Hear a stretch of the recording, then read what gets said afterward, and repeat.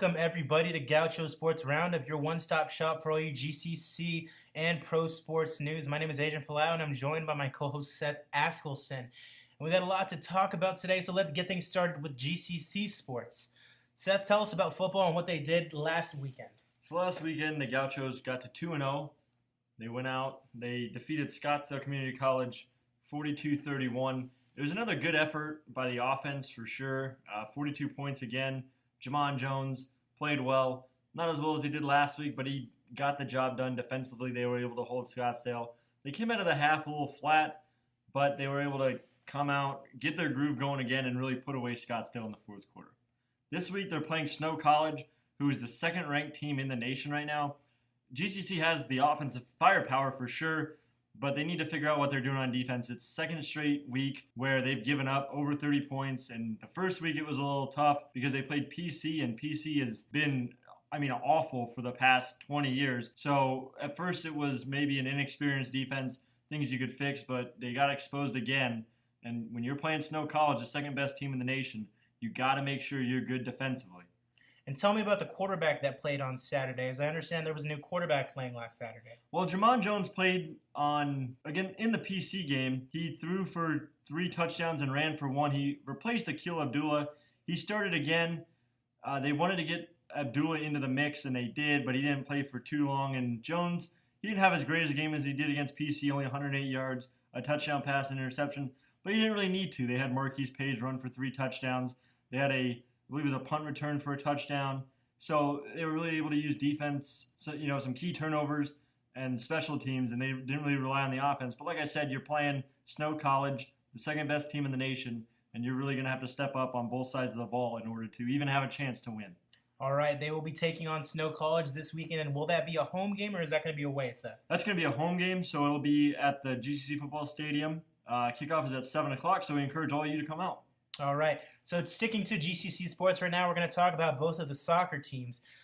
Men's soccer, talking about them first, they lost to Chandler Gilbert by an astounding score of 6-2.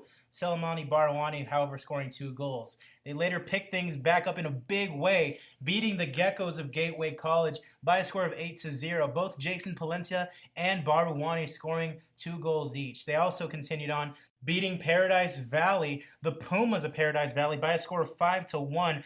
Barawani once again scoring 2 goals in the game. He will bring his total up to 8 goals in just 5 games. The team's record now stands at 2 wins, 2 losses, and a tie as they move forward ahead in the season. Now going on over to women's soccer, they played a total of 3 games since we last talked. 2 losses and a win, losing to Chandler Gilbert by a score of 2-0. The goalie Maria Marin kept busy with a total of 13 saves on that day. However, they picked things right back up and beat the Geckos of Gateway College. Caitlin Kelsey with 2 goals. Final score was 2-1. However, they ended up losing to the Pumas of Paradise Valley. Score was 2-1. Caitlin Kelsey with a goal in the 61st minute in that game. All right, Seth, let's talk about volleyball. They had a pretty busy week last week, and they got a good weekend going for them this weekend so far. They beat Pima and Chandler Gilbert last week, and they're currently playing in the Scottsdale Classic. So tell me who they've been playing so far in this tournament. In this tournament, they've beaten Victoria College and Eastern Arizona. Eastern Arizona, a Division I team in the NJCAA. It's a conference team that they'll see again this season. They took them to the limit. So outside of Scottsdale, for the most part, Eastern Arizona is really the biggest challenge for Glendale all season. They took them to 5 sets the first time they've been to 5 sets this season, but I think that's good experience for a team that's so young. A lot of the girls that were on the national championship team, I think the only girl remaining from that is Kayla Dahlman. So outside of that, these girls have, never been to a national title. About half of them went to the semifinal last year. But these girls really need to start gelling together, and it looks like they have. They're 6-0. They've played really well. They absolutely handled Scottsdale. They beat them in straight sets, and it wasn't even a struggle. They took it to them. So it looks like, at least for now, that GCC may have a clear path back to the Nationals if nobody steps up. I think their next big test will be against South Mountain, who always plays them tough as well. But if they handle South Mountain the way they handled Scottsdale, it might be an easy road right back to Nationals. South Mountain will be later on in the season, but tonight talking tonight, of course, we are on a Friday. They'll be facing Chandler Gilbert in the tournament before moving on tomorrow, September 10th, where they face out-of-state foe Southern Nevada. Team is now undefeated, 6-0 as we speak right now. So now, Seth, we're going to move on to the NFL, talking about things pro sports-wise. NFL is kicking right back up last night, Thursday Night Football. We had the Broncos, the Super Bowl champions of last year, taking on their NFC opponents from the very same Super Bowl, the Carolina Panthers, and they picked up a win 21-20, despite being in some adversity very early on in the game. New quarterback for the Broncos, Trevor Siemian, picked up a touchdown late in the game, despite throwing 2 interceptions in what can seem to be a very good start to his sophomore year. So Seth, take me through the game and tell me about Cam Newton and how he performed in the game today. Cam Newton, he got beat up pretty well. He got hit hard. There's a lot of video of him getting hit in the head. And I think, for me, I don't mind a physical game of football. I don't think you should attack somebody's head necessarily. But if somebody's getting knocked around, that's fine. But with the NFL, you can't be hypocritical with this stuff. If you're going to lock down on head-to-head hits, if you're going to try to limit them, you have to start calling flags, either whether it was just they didn't see it or they just chose not to throw it. I think the NFL really needs to get clear with their officials, with the teams, with the fans, what's going to be allowed and what's not, because it's really been up in the air. It's really been kind of back and forth since they've really cracked down on concussions. The officials sure did let the players play their own game last night. We're very lenient in the way that they're calling some calls, but that's going to be the way of the game sometimes, and we're going to see how it continues on this weekend, as the first week of NFL action is this Sunday, and we will see the hometown Cardinals take on the New England Patriots Sunday night, -1 Tom Brady. And we also have another injury to talk about, and Seth, tell me about it. Rob Gronkowski did not travel with the team today, so that would be September 9th. He's listed as questionable, so it doesn't look like he's going to play. He said he had a hamstring injury. He said it was stemming from the Giants preseason game. That's really good news for the Cardinals, a team that in the past 5 years, maybe even longer than that, has had trouble covering tight ends just because, when they have the speed, the tight end is just bigger. When you put Buchanan or Matthew, they're great at covering and they're fast enough. It's just those guys are so much bigger than them. And then when you put a linebacker out there, they're just too slow to keep up. So that's really going to help. First-time starter Jimmy Garoppolo really isn't going to have that safety valve. He's basically not going to have his star receiver. And so the Cardinals, with their revamped defensive line, going out, drafting Robert Nkemdiche, which is an absolute steal, they're going to really hopefully get to Garoppolo with Nkemdiche, with former Patriot Chandler Jones, and a lot of those veterans on that defensive line. So I think you'll see a lot of pressure. If not a lot of sacks, you'll see a lot of pressure by the Cardinals. They're not going to bring as many blitzes since they were able to go out and improve that defensive line. You have that first-time starter, a rookie, a guy who transitioned to running back, or from running back to corner in his junior year at Texas A&M, Brandon Williams. So you're really going to want to help him out over the top, give him some help. Luckily, the Patriots don't have a deep threat outside of Gronkowski. They really like to keep the game short, and that's where Buchanan really comes in, covering short. He can cover long as well. So I think the Cardinals will do well. I think this will be an interesting test to see where their offense is. Their offense struggled mightily during the preseason. So I think the Cardinals will come out with a win. Maybe easily. It's hard to tell. The Patriots are always well coached. They always play well. No matter who's out on the field, they always seem to do well. So I think it'll be a challenge. I think the Cardinals will be able to pull away at some point. Yeah, I think the talent will just show, maybe some depth. I mean, everybody there is an NFL caliber player. They're professionals. So obviously these guys are the best football players in the world. But we'll see if the Cardinals have the better football players on Sunday night. And it looks like this game is being set up so far to where the Cardinals have no excuse to lose really on Sunday. They're minus Tom Brady because of the suspension. They might be minus Gronkowski due to injury. So you really can't come up with an excuse for why the Cardinals should be losing this game. They're going to go into Monday morning knowing exactly where their season is going to go. And a lot of that's going to be based off the offense, but a lot of it's going to be based off the defense too. Yeah, and the secondary is really going to be an interesting thing. Tyrann Mathieu coming back from his second knee surgery in as many years. They're going to have new corners, or at least a new corner. It's nice to have Patrick Peterson out there. At least you'll have one side of the field shut down. So this Cardinals defense is experienced enough in the secondary. There's enough leadership, at least, if the talent isn't necessarily there, which I think they're talented enough to where they can get away with some mistakes. And your defensive line will get there. Your linebackers will cover short. So it shouldn't be too big of a problem. And what do we think about David Johnson? He's set up to have quite a year after last year, impressing some scouts and some experts, but he should be set up to have quite a year this year. It'll be interesting. I think the way the Cardinals want to do it, they really want to go 50-50. Bruce Arians likes to take shots downfield, so I think it'll be a little hard to do that. It'll just depend on how Carson Palmer starts. If he's throwing the ball hot, if he's slinging it all over the field, throwing deep bombs, throwing touchdowns, you're not going to take the ball out of the hot hand. So I think that's how this Cardinals offense is going to work. You have so much talent there. It's not like you have to get the ball to one playmaker every year. You can just go out there. Whoever's catching the ball, whoever's throwing the ball well, whoever's running the ball well, you just keep handing it to them until it doesn't work anymore. And the Cardinals, it used to never be that way. You would struggle to get Larry Fitzgerald to catch every game to keep his consecutive catch streaks alive. You would throw little bubble screens just to get him a catch. Now he's racking up 10 catches. He's racking up over 100 yards, putting up multiple TDs a game. So I think with that much talent on the offense, it's really going to be hard to make any excuses if it doesn't work. So where do you see the Cardinals going this year, Seth? I see them with about an 11-win season. You got to watch out, however, for the Seattle Seahawks. They're definitely making their waves up there in Washington, but I think they're going to make it back to the playoffs. I'm not so sure if they're going to make it to the Super Bowl like a lot of experts are saying, but I definitely think that the Cardinals are in a position where they can get themselves to the playoffs and make a run late in the season. I think it's the best team in the West is going to make it to the Super Bowl of the NFC, whether it's the Cardinals, whether it's the Seahawks. The Seahawks, they always start slow. They really do. They started 3-4 last year. And like what they did, finished with 10 wins. Almost came back on Carolina in their second playoff game.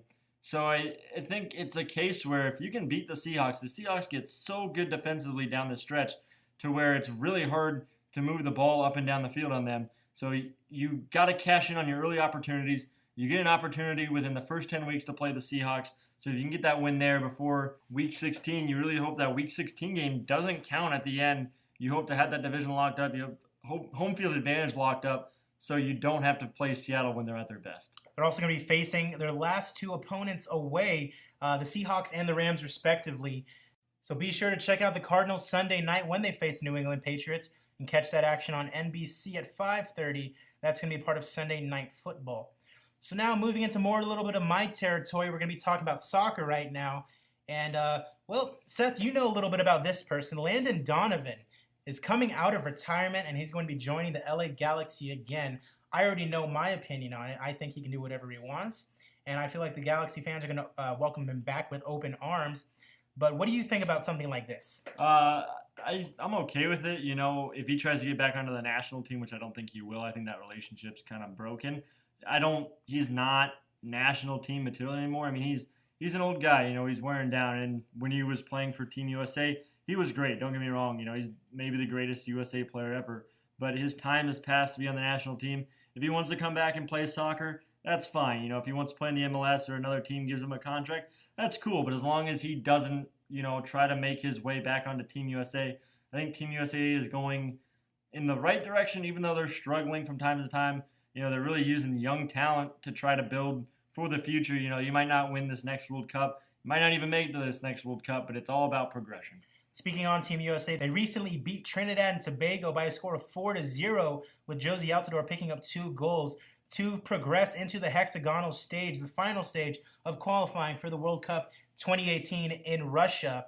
And the United States are certainly not going to have an easy way about it, with Panama, Honduras, Costa Rica, who we all know made their amazing quarterfinal run in the World Cup last time, Costa Rica, Mexico, and their defeated foes, Trinidad and Tobago. So I think the USA will have an easy way through the hexagon stage into Russia. Of course, the top 3 teams getting into the World Cup automatically, with the 4th place team facing off against an Asian team in a playoff to secure a final spot for the World Cup.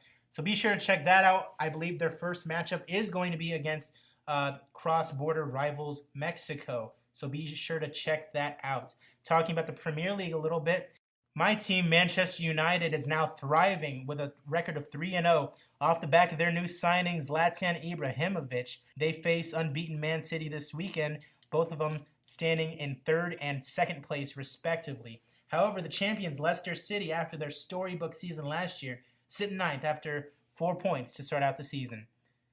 A quick little transfer, former Arsenal man Matthew Flamini of the French national team joins Crystal Palace on a free transfer until the end of the 2016 season. Skipping over to baseball for a little bit, not much to talk about. However, last night, Houston Astros manager A.J. Hinch got ejected last night while they were facing the Indians over a blatant missed call by the umpire.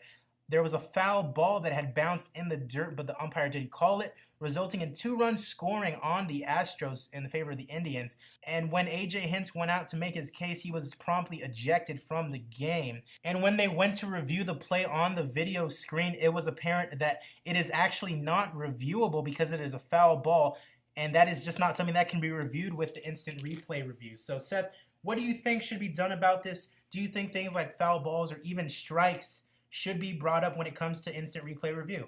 I think balls and strikes, no. It's a matter of a player's height. The strike zone is from the kneecaps to basically your letters. So the strike zone is different for everybody. Everybody's different heights. Everybody has different batting stances. But I think in the case of foul balls, in the case of outs trying to make catches, I think everything needs to be reviewable. It's the same thing with football, and there's certain plays that aren't reviewable. And I understand it's because you don't want to slow the game down. You don't want to, but if you're going to have the technology, you might as well use it. You might as well try to get the call right. And everybody's human, so don't get on. It's hard to get on these umpires about missed calls. Oh, how did you not see that? The game moves 100 times faster in real life than it does on TV, and almost 2,000 times faster than it does on replay. So for these umpires to sit behind the plate to make these calls in an instant, it's really hard. But the replay helps. You got to use the replay as a tool to help, not to criticize the umpires, not to demean the umpires. Just use it as a tool to help the umpires, to help the game get better. And you mentioned the umpires. It is certainly going to be hard to blame them. They're just doing their job. However, human mistakes are going to happen. And as technology advances, it's going to inevitably turn into robots detecting balls and strikes and robots detecting foul balls and things of that nature. That's going to happen somewhere in the near future. And it sucks because you think baseball just has a human element to it where umpires are somewhat necessary. So do you think baseball loses its touch if something like that were to happen in the near future? Yeah, if you have robots umpiring the game, you might as well have robots playing the game. Humans aren't perfect. They're not. It's proven that they're not perfect. So if you're going to put robots in to make calls, to make decisions, you might as well have robots play the game. And Exactly. And umpires are going to make mistakes. Everybody makes mistakes. And that's just a beautiful part about baseball. And we're sure to see some more mistakes going forward into the World Series in October. So that's going to do things for us today. This has been Gaucho Sports Roundup. For Seth Askelson, my name is Adrian Palaio. Be sure to check our next podcast, which will be uploaded rather shortly. We're going to do a very big podcast on college football. We're going to try to make it a weekly thing. We're going to talk about all things Pac-12, ASU, and all other things college football. Be sure to follow The Voice on all of its social media. Be sure to follow me and Seth Askelson on Twitter at Seth Askelson at... Seth Askelson is at SAskelson96. That is again SASKELSON 96. And be sure to follow me on Twitter at AZPalayo, PELAYO 2121 on Twitter. So have a good one, guys. This has been Gaucho Sports Roundup.